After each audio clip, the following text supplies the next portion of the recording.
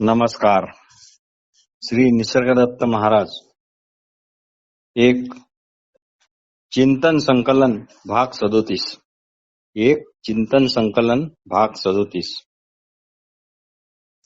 प्रश्नकर्त्याने एक प्रश्न विचारला होता आणि त्याला उत्तर देताना श्री निसर्गदत्त महाराज म्हणतात, हे बघा, जगाच्या खरेपणाबद्दल नेहमीच शंका घेतली पाहिजे. जगाच्या खरेपणाबद्दल नेहमी शंका घेतली पाहिजे. अखेरीस गुरु म्हणजे कोण? जो अशी स्थिती जाणतो की जिच्यामध्ये जग नसतो.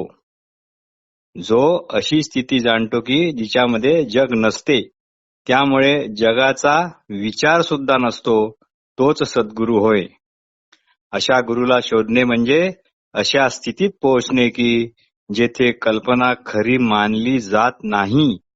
अशा गुरुला शोधणे म्हणजे अशा स्थितीत पोहोचणे की जेथे कल्पना खरी मानली जात नाही. नीट समजावून घ्या की गुरु हा वास्तवता, सत्य म्हणजे मुळात जे जसे आहे तसे त्यालाच महत्व देत असतो, त्यालाच उचलून घेत असतो. तो खऱ्या अर्थाने वास्तववादी असतो. तो मन आणि त्याच्या भ्रमाशी, वस्तुतः मन म्हणजेच भ्रम आणि भ्रम म्हणजेच मन, ह्या दोन वेगवेगळ्या वस्तू नाहीत. तर तो मन आणि त्याच्या भ्रमाशी कधीच केव्हाही तडजोड करत नाही, करणारही नाही. तो तुम्हाला वास्तव सत्याकडे नेण्यासाठीच येतो. त्याने आणखी काही करावे अशी तुम्ही काही अपेक्षा करू नका. त्याने आणखी काही करावे अशी अपेक्षा करू नका, कारण तो तुम्हाला फक्त वास्तव सत्याकडे नेण्यासाठीच येतो.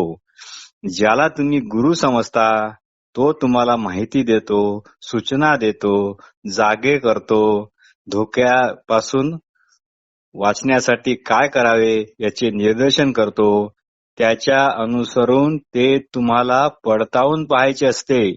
त्यांच्या सांगण्यानुसार जे काही आहे ते तुम्हाला स्वतः पडताळून पाहायचे असते, आणि तोच तुम्हाला पडताळून पहा असे म्हणणारा जो असतो तोच खरा गुरु.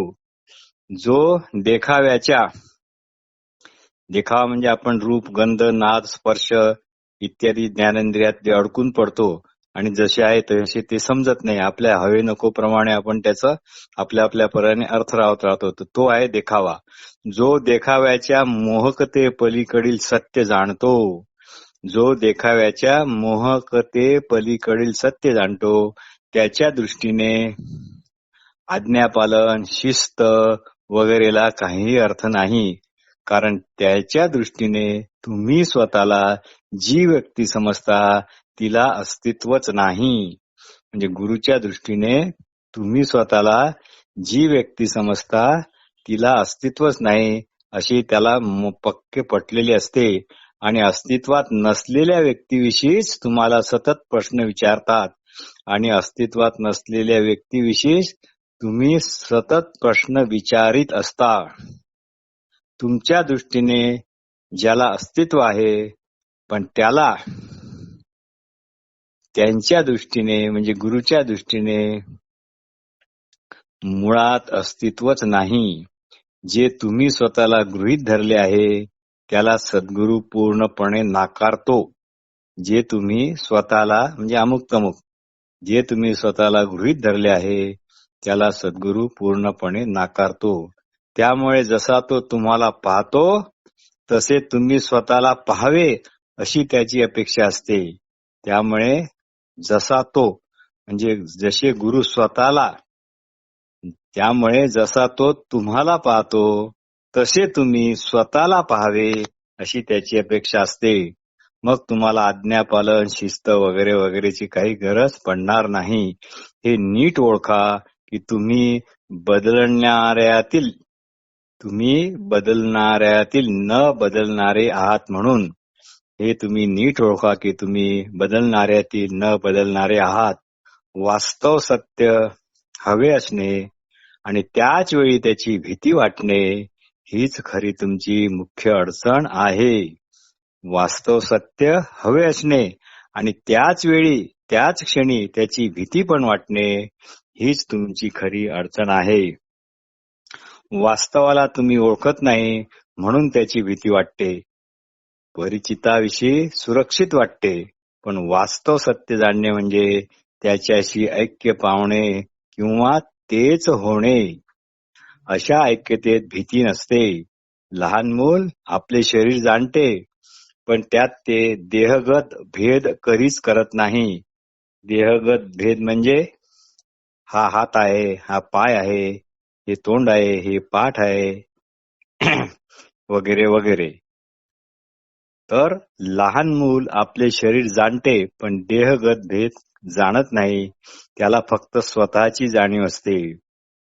आणि पुढे स्त्री पुरुष, काळा गोरा, बालवृद्ध इत्यादी त्यामध्ये अजून जसा जसा तो मोठा होईल तशी तशी भर पडते. पण लहानपणी तो कोणतेही देहगत भेद जाणत नाही. भेदभाव म्हणून अगदी आनंदी असते. लहान मूल आपले शरीर जाणते, पण देहगत भेद जाणत नाही. त्याला फक्त स्वतःची जाणीव असते, भेदभावाची जाणीव नसते, म्हणून ते अगदी आनंदी असते. असण्याचा आनंद हे स्वप्रेमाचे सर्वात साधे स्वरूप आहे. असण्याचा आनंद हे स्वप्रेमाचे सर्वात साधे रूप आहे. नंतर त्याची वाढ ही आत्मप्रेमात होते आणि देह आणि स्व यांच्या दरम्यान काहीच नसलेल्या बालकासारखे व्हा. ती निसर्गदत्त महाराज अतिशय मोलाचा उपदेश करतात की देह व स्व यांच्या दरम्यान काहीच नसलेल्या बालकासारखे व्हा. सखोल मौनात स्वदेहाचे असे मनन असते की ज्याच्यावर अजून काहीही छापलेले नाही. सखोल मौनात स्वदेहाचे असे मनन असते की ज्याच्यावर अजून काही छापले गेले नाही. अशा पांढऱ्या स्वच्छ कागदासारखे सर्व तेथे निर्मळ असते. अमुक तमुक असण्याचा व्यर्थ प्रयत्न करण्याऐवजी असण्याचा आनंद भोगा. अमुक तमुक असण्याचा व्यर्थ प्रयत्न करण्याऐवजी असण्याचा आनंद भोगा. अर्थात तुम्ही बालक होऊ शकणार नाही, पण जाणीवेच्या क्षेत्राचे पूर्ण जागृत साक्षी होताच तेच फळ मिळणार जे बालकाला मिळते. अर्थात तुम्ही बालक होऊ शकणार नाही, पण जाणीवेच्या क्षेत्राचे पूर्ण जागृत साक्षी होताच तेच तुम्हाला फळ मिळणार. पण तुम्ही व ते क्षेत्र याच्यामध्ये भावना आणि कल्पना असता कामा नये. प्रश्न: पण केवळ असण्याच्या आनंदात समाधान मानणे हे तर अत्यंत स्वार्थीपणाचे आणि त्याच वेळी अत्यंत मूर्खपणाचे, केवळ वेळ गमावण्यासारखे तुम्हाला वाटत नाही काय?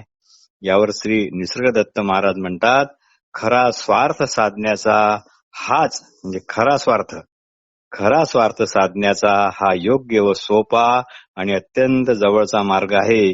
या मार्गाने जाताच तुम्ही स्वार्थी आणि निस्वार्थी याच्या पलीकडे जाता व सर्व भेद अर्थहीन होतात. एकाचे प्रेम व अनेकाचे प्रेम असा भेद न राहता एकाचेच प्रेम आणि किंवा अनेकाचेच प्रेम असा भेद न राहता सर्व प्रेम एका साध्या स्वप्रेमात मिसळून जाते. मग ते प्रेम खास कोणासाठी नसते, ते कोणालाही आणि कशालाही केव्हाही कुठेही नाकारत नाही.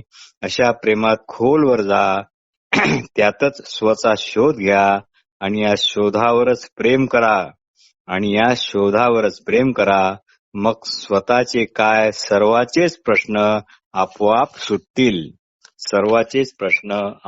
सुटतील. तथाकथित सद्गुण व सिद्धी ह्या केवळ लहान मुलाच्या खेळण्यासारखे आहेत. तथाकथित सद्गुण आणि सिद्धी त्या केवळ लहान मुलाच्या खेळण्यासारखे आहेत.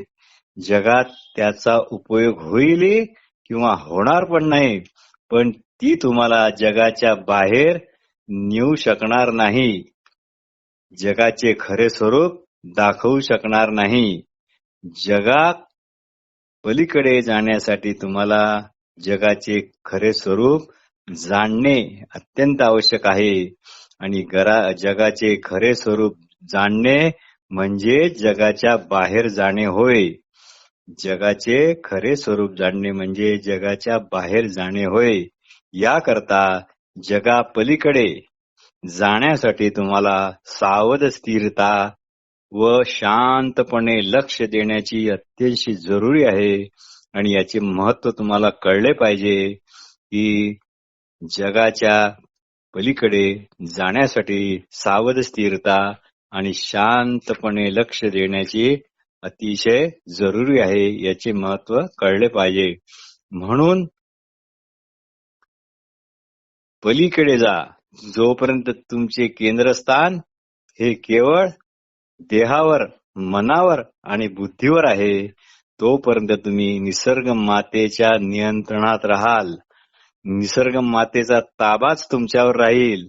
आणि मग असा निसर्ग मातेचा ताबा तुमच्यावर असल्यानंतर तुम्ही फक्त आहार, निद्रा, भय, मैथून म्हणजे अन्न, लैंगिकता, भीती आणि मृत्यू यामध्येच गुरफटले राहाल, बांधलेले राहाल. म्हणून प्रथम स्वतःचा शोध घ्या.